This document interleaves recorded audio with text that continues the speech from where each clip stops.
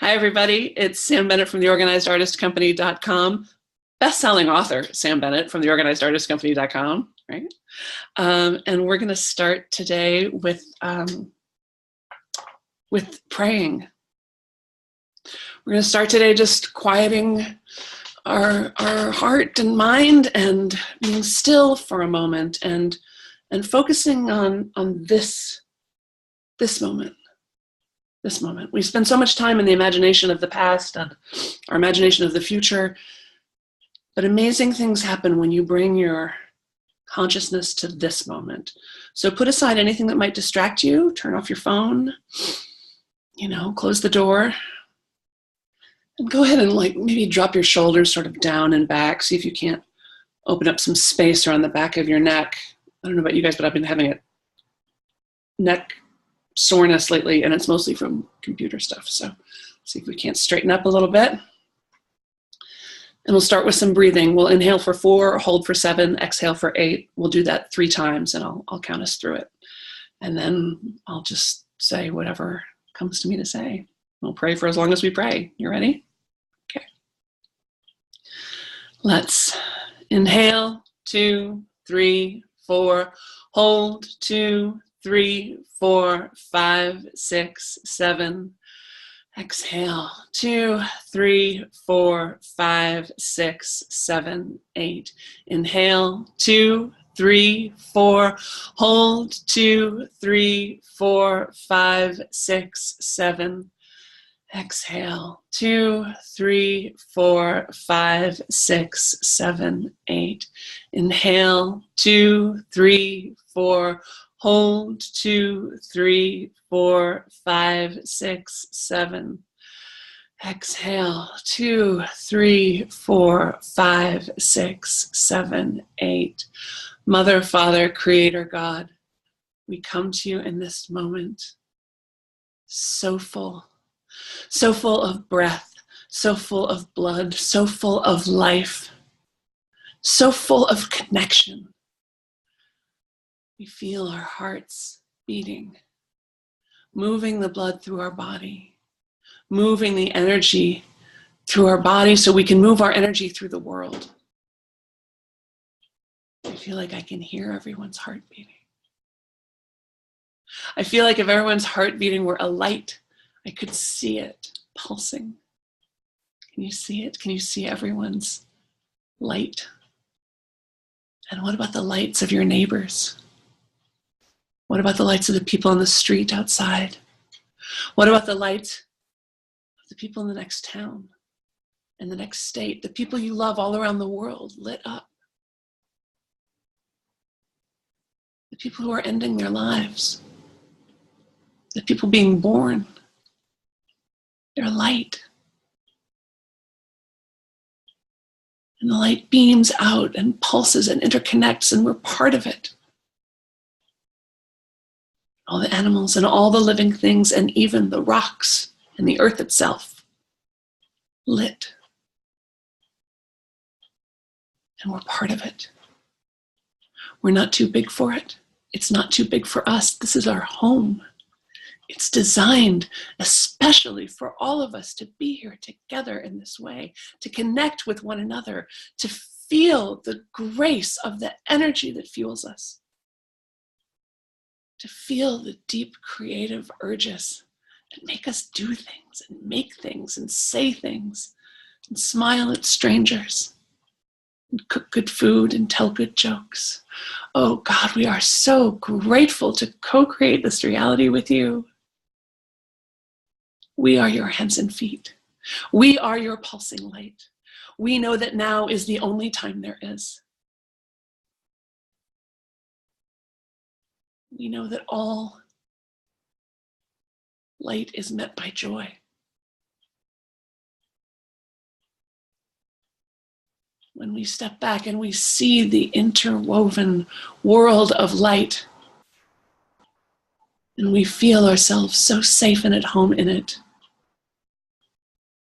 we say thank you. Thank you for this home. Thank you for this light.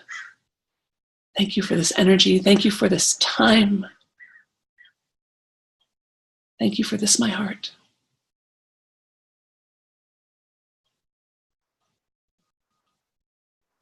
Amen.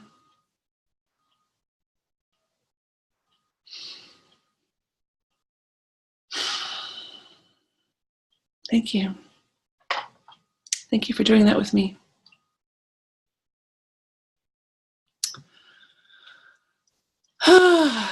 So, hi.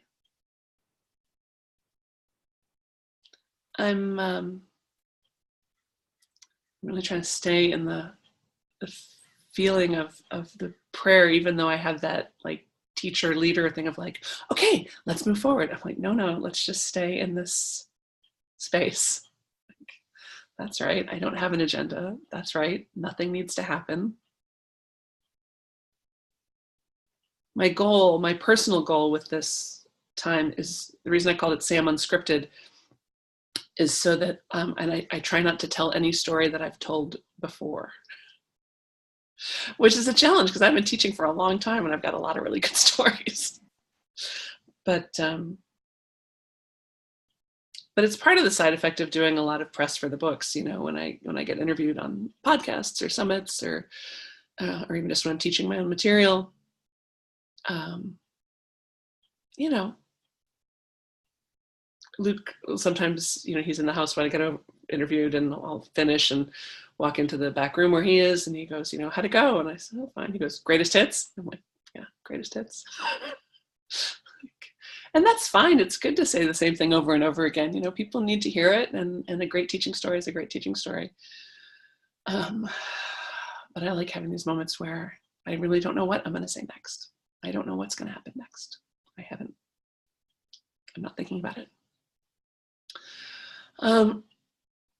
Good. So let me see. There are some notes in the chat, and I think maybe some notes on Facebook. Oh, there's Crystal. Hi, Crystal. All right. Scott says, hi, Sam. Thanks for holding this event. You're welcome. Thanks for being here. I came across your books a few weeks ago, and I'm loving it. Just what I need right now. That's great. I'm from the USA, but have been in Peru for the last few years and working on a book about my personal journey and relationship to Indigenous communities here. The big question for me lately has been, what's going on? It's been years of working on this, and why can't I get this book done? Your book is helping me to address that. Good for you, Scott. I'm delighted. I hear wonderful things about Peru, so I'm glad you're there. I think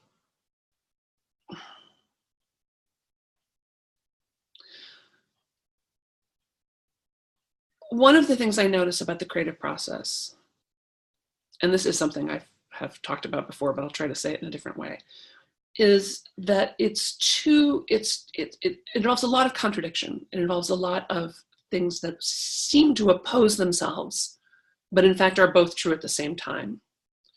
So while on the one hand, it's important to have a goal and work steadily towards it and work with alacrity and get your projects out in the world, it is also true that projects have their own time.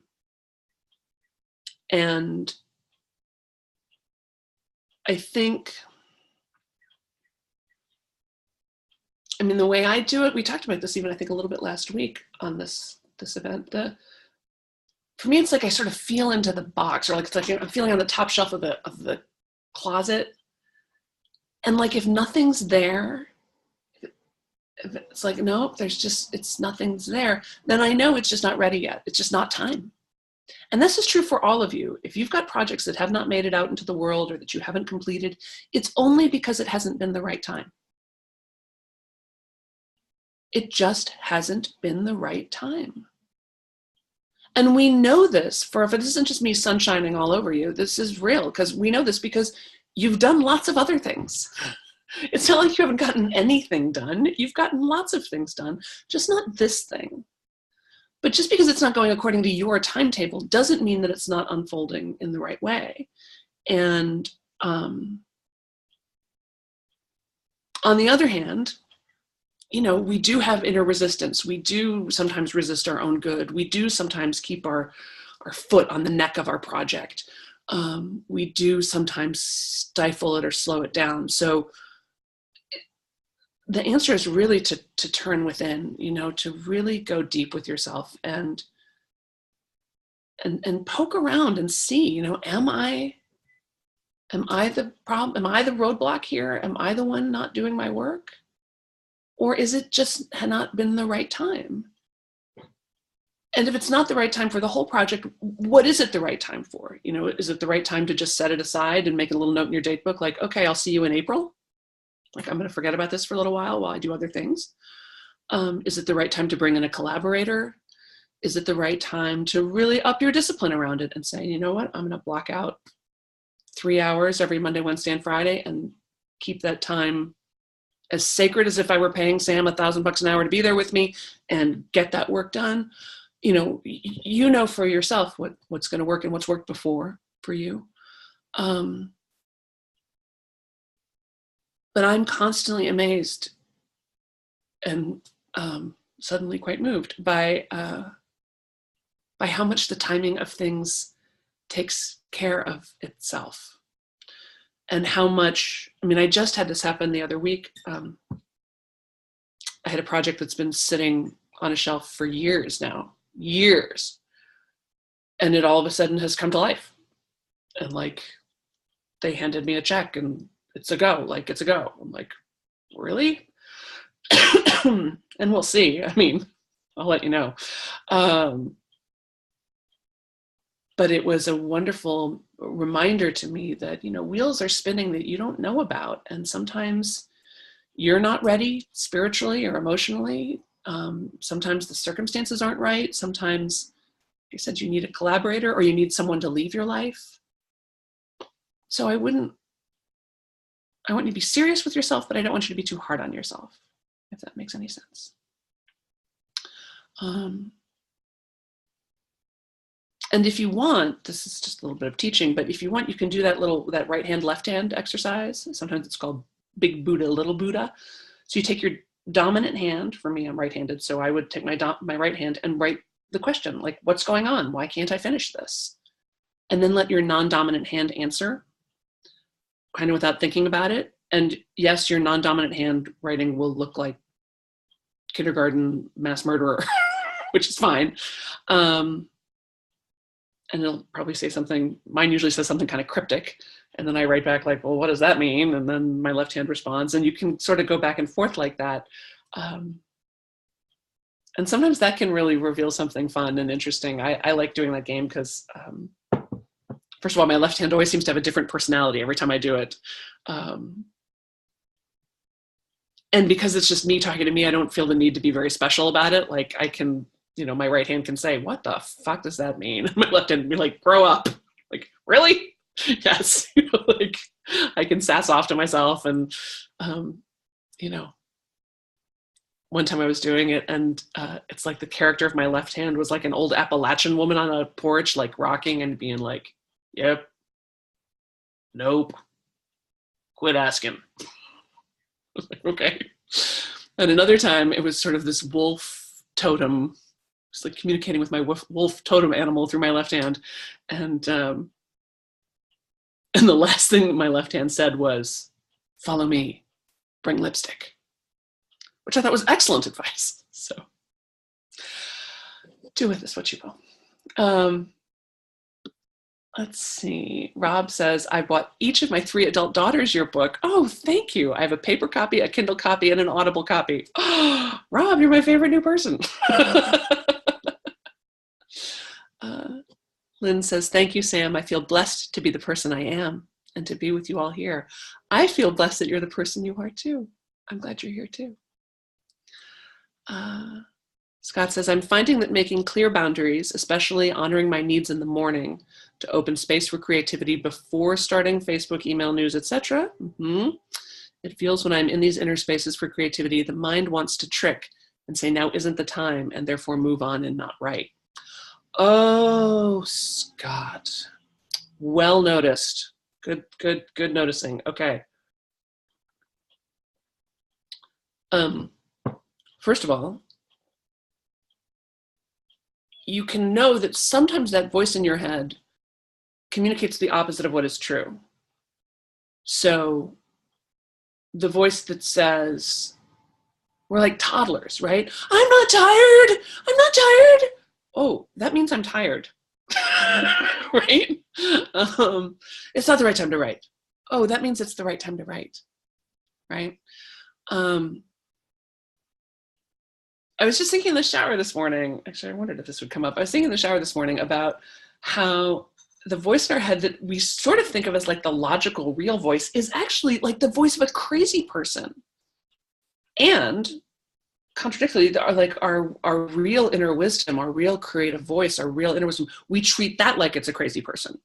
So like the logical voice says, you don't have time for that, and it's got to be perfect, and who do you think you are? And we take that seriously, like, oh yeah, that must be real. When the tiniest amount of questioning would just blow that apart, like, you know, it's got to be perfect. Okay, well, what would that mean? Like, perfect how? Perfect, like, you know, well, it's got to be the best. Really?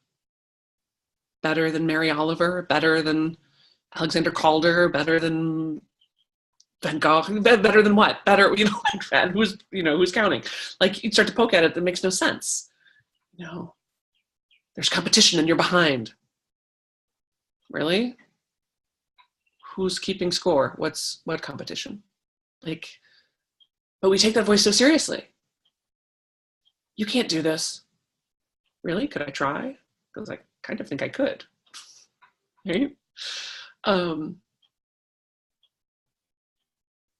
then, that inner creative wisdom that says, I think you should try this. Like, I think this would be fun.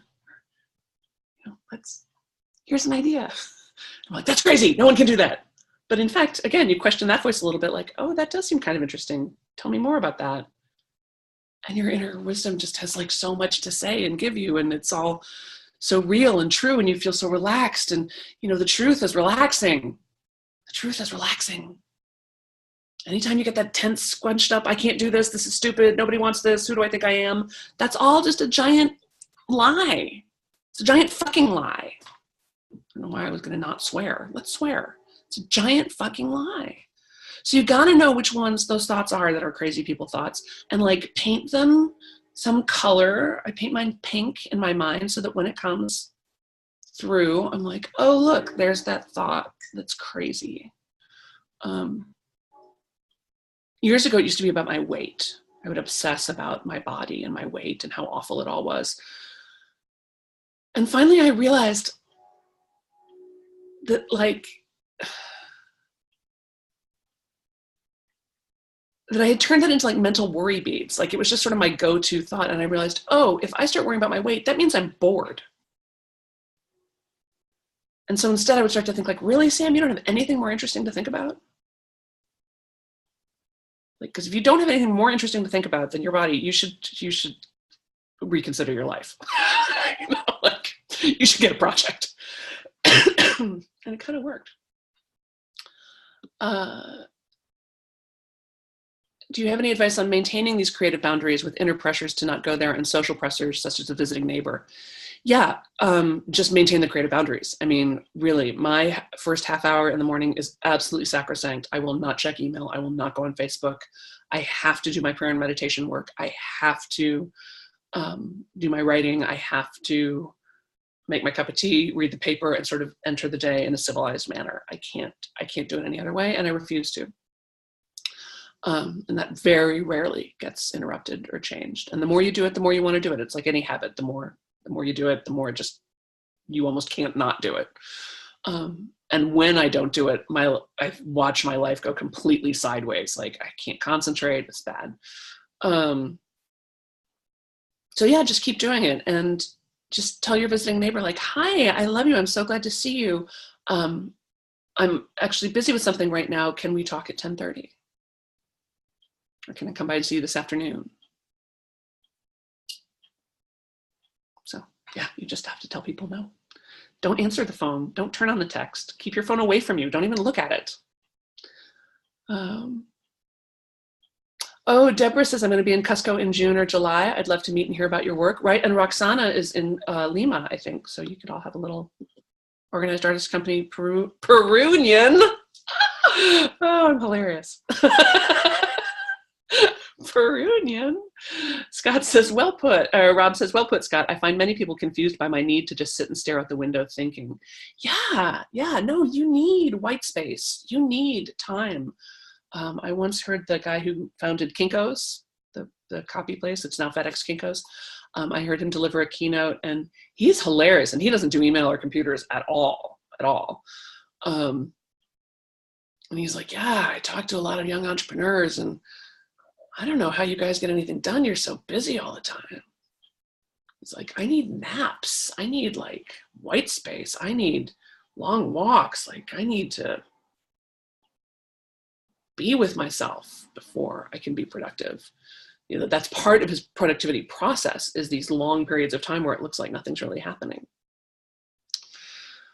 Thank you for addressing my comment. My pleasure.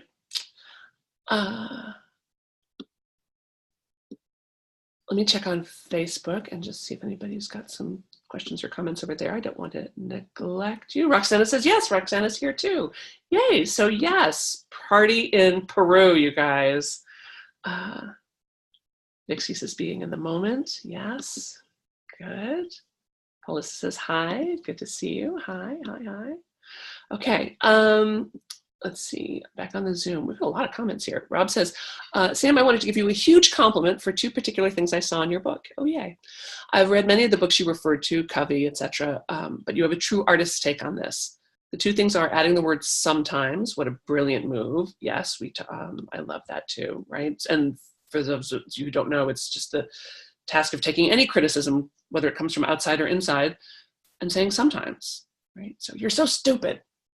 I'm so stupid sometimes. And then just be with it. Is it true? Has it ever been true? Is it true right now? I'm so stupid sometimes. Yeah. Oh yeah, I am. I'm so stupid sometimes. I'm so smart sometimes, but I'm so stupid. I maybe even right now, sure. It's amazing. It takes 1 second and it works for everything. It's incredibly effective. Rob says, the other is how you use funny metaphors to talk about your life, being concise and not all the gory details. I've never heard that tip before, and it's brilliant, very helpful. Yeah, so that's a part of the book where, because sometimes people get confused, especially as artists, we're supposed to share who we are, right? And our work is part of who we are. And social media encourages us to share, our true selves, but it's like, again, but then you immediately hear like, well, no one cares what you had for lunch. So how do you do that? And what I do is I make a distinction between the private and the personal. So the personal is who you are as a person, and everybody wants to know that. We're fascinated by other people. We love to hear about who you are as a person. The private is stuff that's only interesting to you and other people engaged with you privately. So like the details of, the same thing, the thing I would get on the phone and talk to my sister about, like, oh, this happened, that happened, and can you believe that she said this and I said that and blah, blah, blah. Like no one cares about that except me and her, and probably not even her. She's just very patient with me, right? That's not so interesting. But the fact that I had a conflict with someone and needed to talk to my sister to work it out, like that's something about me as a person that's kind of interesting and helpful to others, right? So you can talk about what's going on, strip out the sort of tedious details part of it, and just, but share the truth of who you are. Ellen says, the truth is relaxing. Yeah, I love you, Sam. I love you too, Ellen. Wow, another great trick to reboot your brain. Is that all you have to think about? That's so helpful. Negative rumination can be a killer. Yeah, oh yeah. The other time that voice really becomes helpful to me is if, like sometimes when I'm trying to fill a program, especially one of my higher end programs, so it's a big investment for people,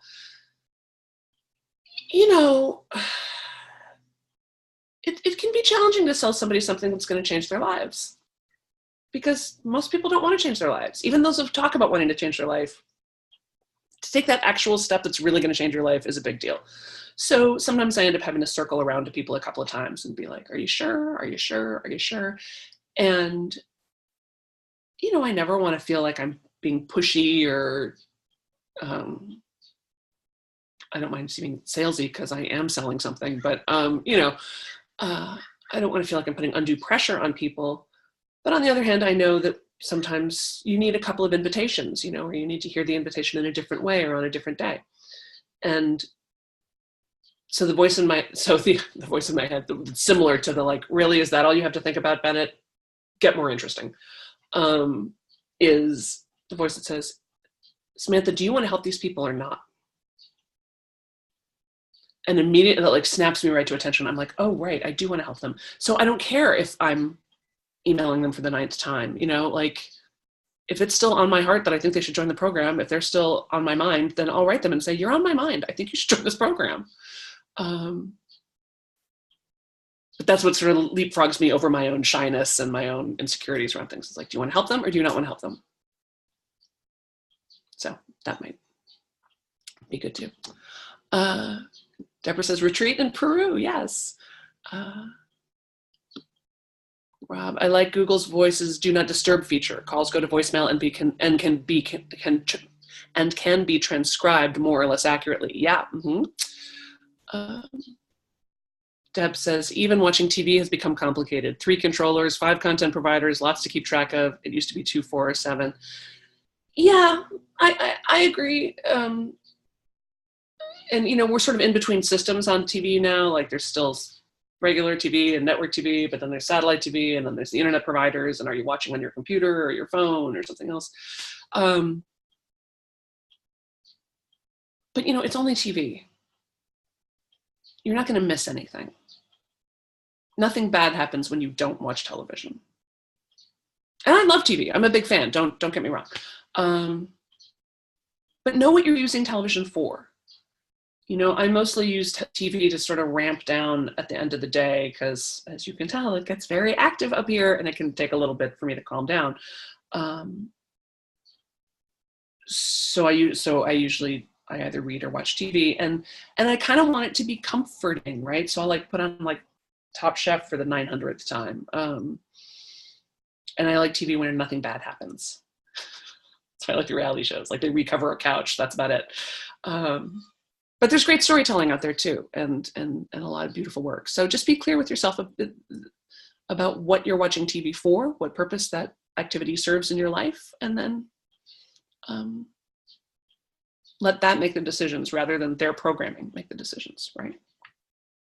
You can also use it to connect with other people. Like I remember when Sopranos was on, people would have, weekly dinner dates. I remember when I was much younger, and we would get together and watch Twin Peaks every, whatever it was, Sunday night, and potluck dinner. And it was really fun. It was fun to have a communal viewing experience like that. So you can use television to forward your values in another way. Rob says, you're so right about fearing to change your life. I had a choice for my master's program, do a thesis that few would read, or create a film festival that could either be a smash hit or a very public flame out. I decided to do the film fest, but I'm scared. Yeah, you should be. It's huge. But good for you. Good for you. And I got to say, fail faster is my new motto. Just fail faster. Let's get it out there.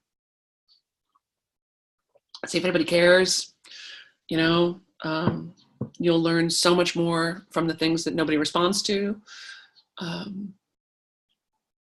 it just causes you to keep asking questions. Like, if I know what I've got is really cool, and the people that I'm talking to I think would really like it, and yet they're not responding, what am I not saying? Like, what part of the puzzle are they missing? What's the resistance? It's a great problem to solve.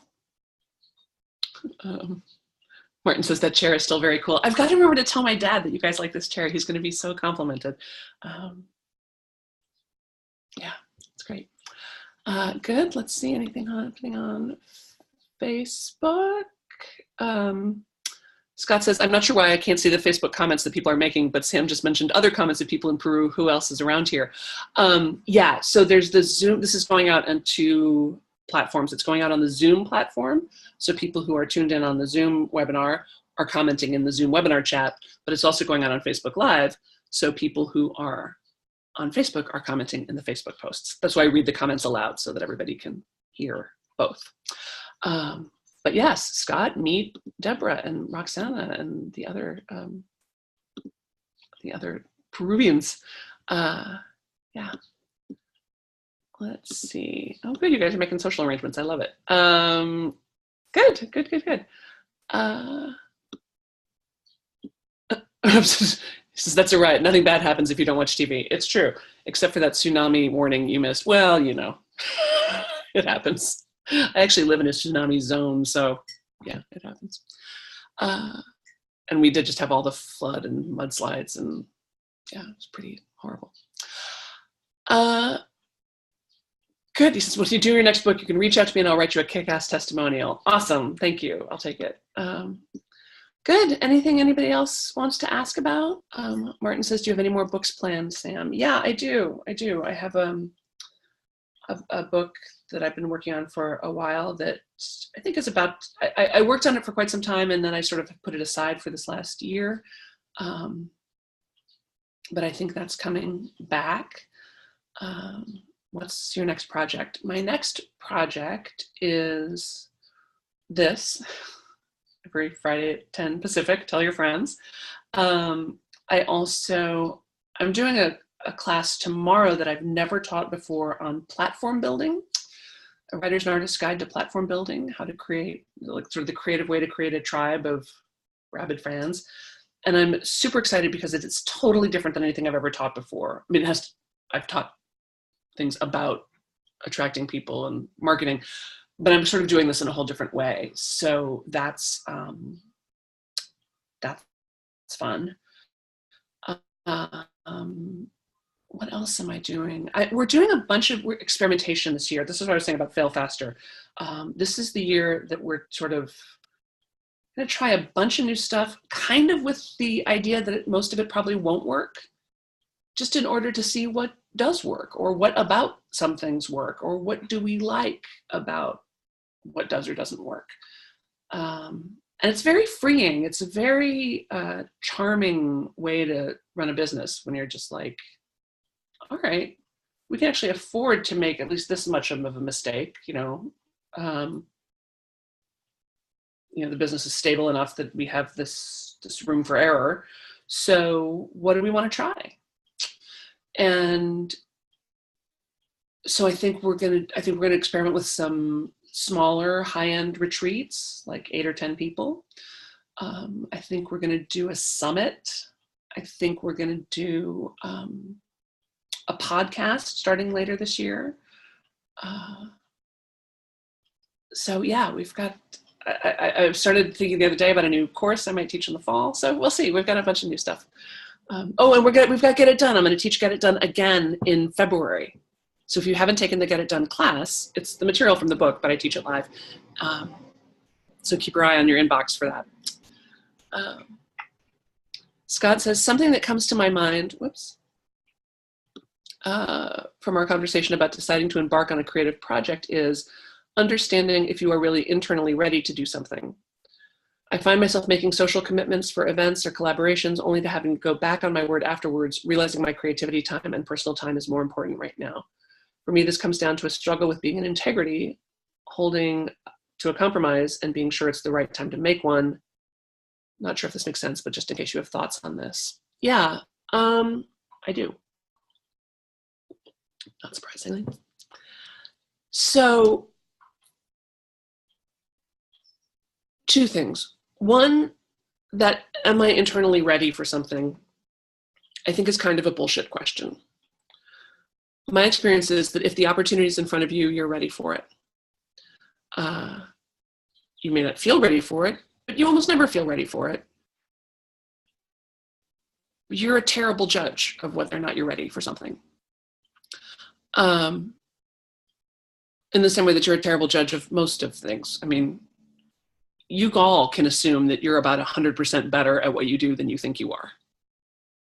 You know, which is why most of you could charge 10 times more than you do. But the reason I say that if the opportunity is in front of you, you're ready for it, is not, again, just me being all cheerful. It's the way our minds work, right? You don't notice things that aren't right for you, like little kids, if you show a 4-year-old a game of cribbage, they're gonna be like, that's a grown-up game. That's not for me. Like, I'm not interested in that. I mean, they might be interested in that. But, And you can remember from your own growing up, like, you know, when you were 15, you looked at things that were 35-year-olds, you're like, that's not interesting to me. That's not for me. I'm 15. And the same thing is true as you mature and grow as a person now, that like, you notice the opportunities that are right for you. You know, if you're looking, you know, if you're in a position to date somebody, you know, if you're ready to date someone, you're going to know that because you're going to be noticing people that are dateable. If you're not ready or in a place to date, then you're not going to notice them. You're just not going to see them. So that's one thing about being ready. The thing with making social commitments or events or collaborations is, you know, yes, of course, everybody wants to work with you and wants you to come to their parties and wants you to be at their lunch and stuff, because you guys are awesome. You're amazing. You're cool. You're interesting. You're sparkly. You're different from other people. You're not boring. You're cool. So yes, of course people want, and that's weird for us because, you know, we were the weird kids in school. So I don't know about you guys. I still think of myself as being very unpopular. But it's not really true, right? That's just some weird 11-year-old version of me inside that's like, no one likes me. So, you know, of course people like you. And what I do, my out for that is when people ask me to do things, first of all, again, I don't respond right away. I don't respond to phone calls right away. I don't respond to texts right away. I don't respond to emails right away. I give things a day, almost always. And so I really look at my date book. I really look at like what's possible, because if you just ask me in the moment, I'll say yes. And that's not helpful. So, and if someone does catch me in the moment and they say, hey, Sam, can you do this or that or the other thing? I'll say, that sounds amazing. Let me get back to you tomorrow or after the weekend or whatever. Sometimes I blame it on my team. Sometimes I say, oh, that's such a wonderful invitation. Let me refer you to my team because they're in charge of me.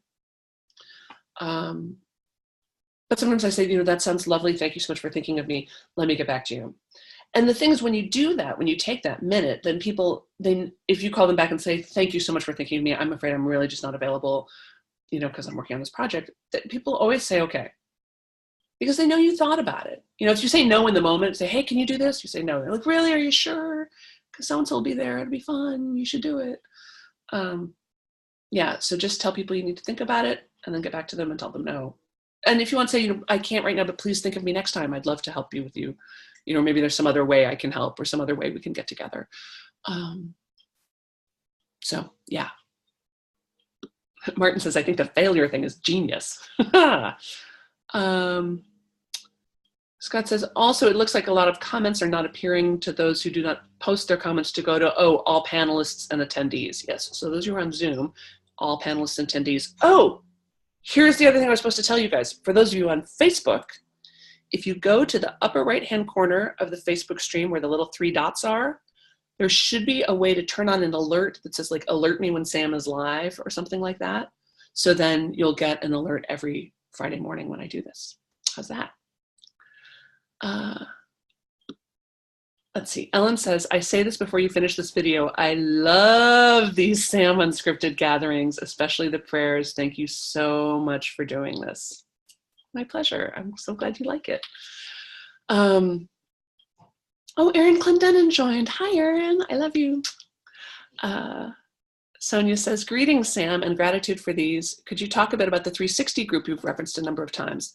Some of us do need more info and a push. Love your emails, especially those that speak to our reticence on moving ahead. Sure. So there's 2 levels of the 365 Club. There's the basic level of the 365 Club that is currently, we just changed the pricing on it, and I can't remember if it's actually changed on the website yet. It may not be. So it was priced at $57 for the year. I think now it's $97 for the year. But either way, it's a screaming bargain because you get a daily email, a little daily inspirational email called 365 Reasons to Create. It's a little kiss on the cheek, little thwack upside the head, little something, little motivation. You get a monthly Ask Sam Anything call on the 3rd Thursday of every month. I just open up the phones and we talk. I usually have a little sermon and then we talk. And there's a private Facebook page, so you can ask me stuff during the week and my team. And it's just this incredible community of like brilliant artists and writers and performers and crafters and everything people who are just so interesting and so supportive. And so to really have a safe community where you can both go when you're having a complete and total nervous breakdown, or something happens, but where you can also go to celebrate. Because, you know, you may have noticed not everybody wants to celebrate with you. So that's 365 Club sort of basic. And then there's 365 Club Pro, which is a much more intensive program that has a call every Thursday. And the idea with Pro is 10K in 15 minutes a day. So it's like, what's your 10K project? Do you want to make $10,000 more a year or a month or a day? Do you want to add 10,000 people to your mailing list? Do you want to adopt 10,000 kittens? Do you want to send 10,000 poems? Like what are you up to that's kind of a big deal? And how can I support you in doing that? So that's a year-long $6,000 program, or you can also pay monthly for that. So if you're interested in either of those things, if you're interested in Pro, you should just email me at sam@theorganizedartistcompany.com. Or actually, here, you can go here. So there's for Pro. And I'll put up the one for the, you should all be in 365 Club regular because it's super inexpensive and fun. And just a great support. Creative. So there you go. Okay.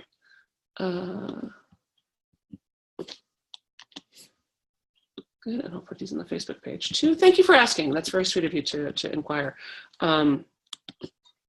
Yeah, I'd love to have you guys in those programs. Scott is putting his email address up in the Zoom too. So yeah.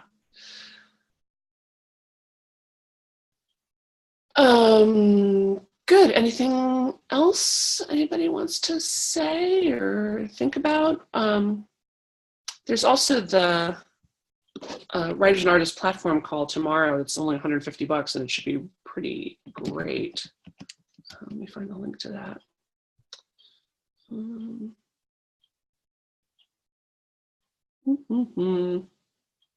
Minutes.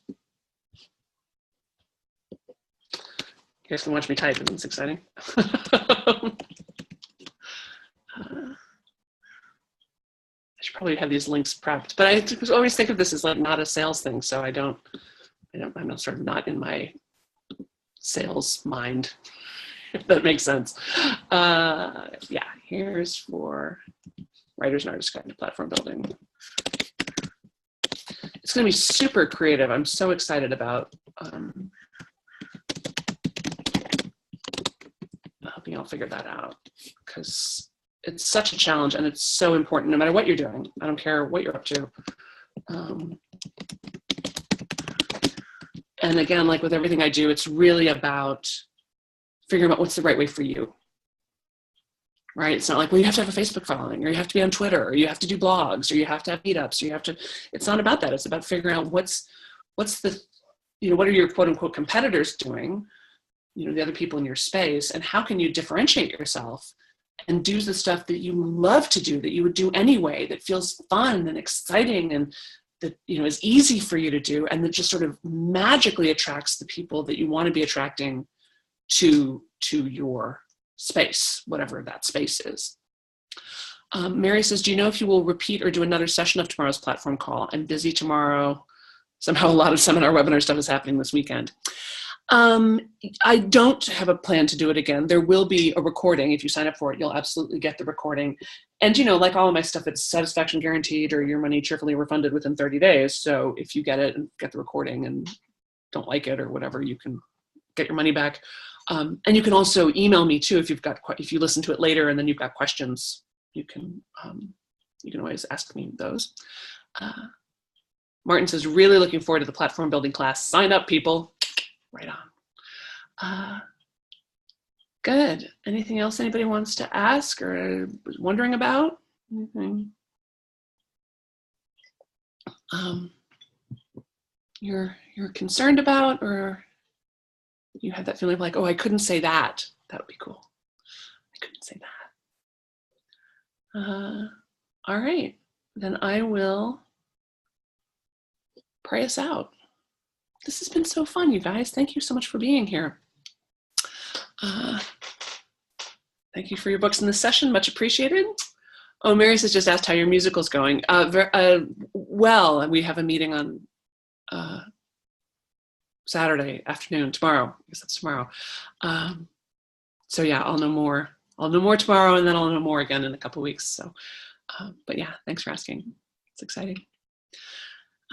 Thank you. Thanks for this. My pleasure. My pleasure, you guys. I'm delighted.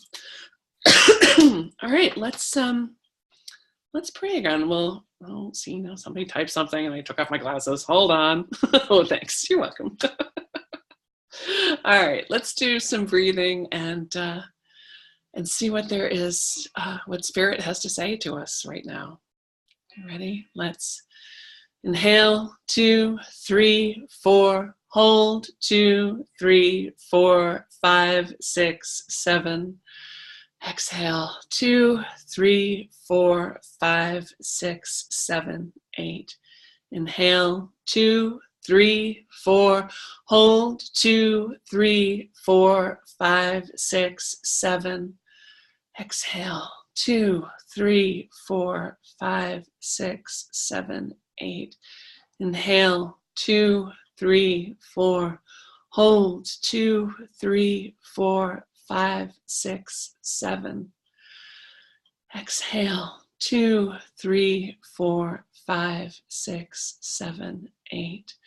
Creator, Mother, Father, God, we thank you for those who are here and those who are not.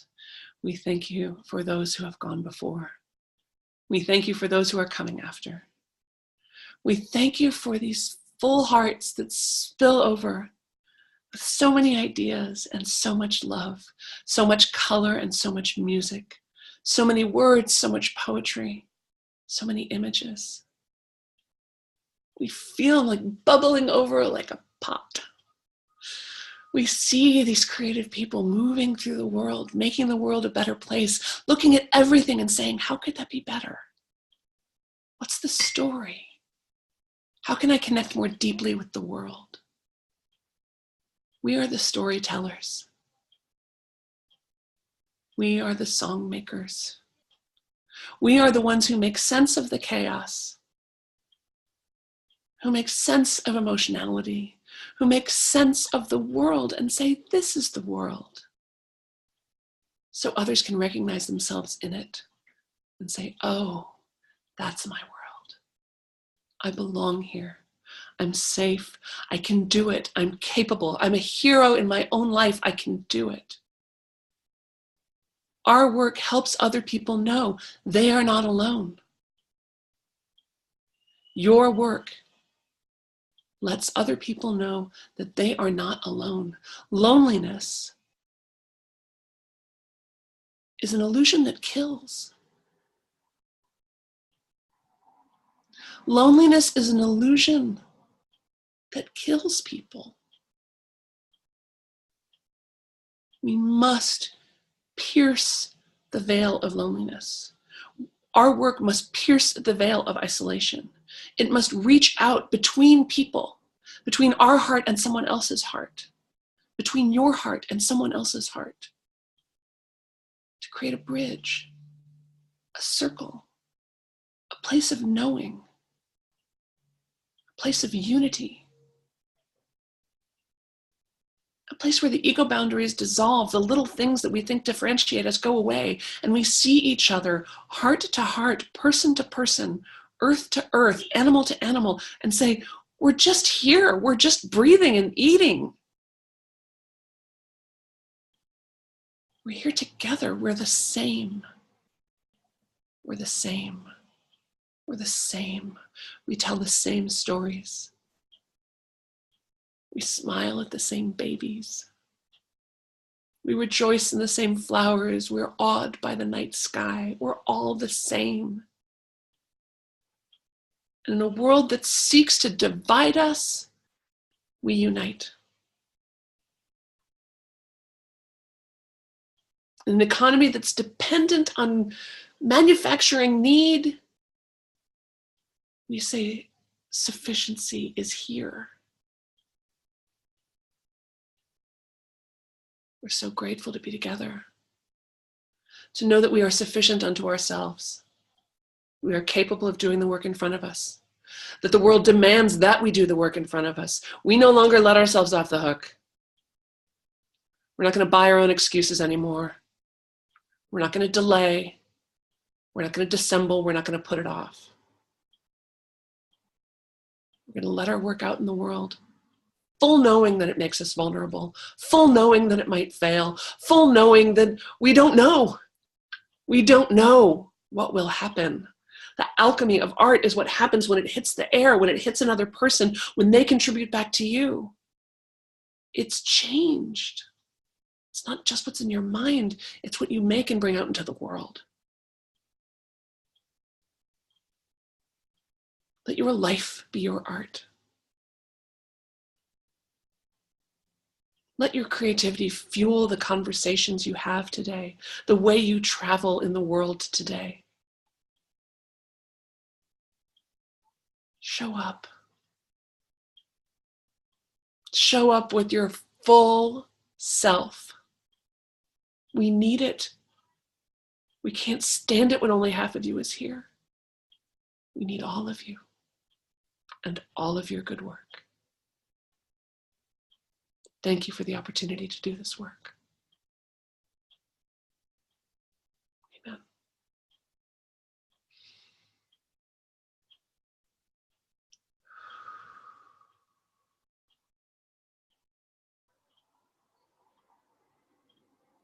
Thanks, everybody. Thank you for being here.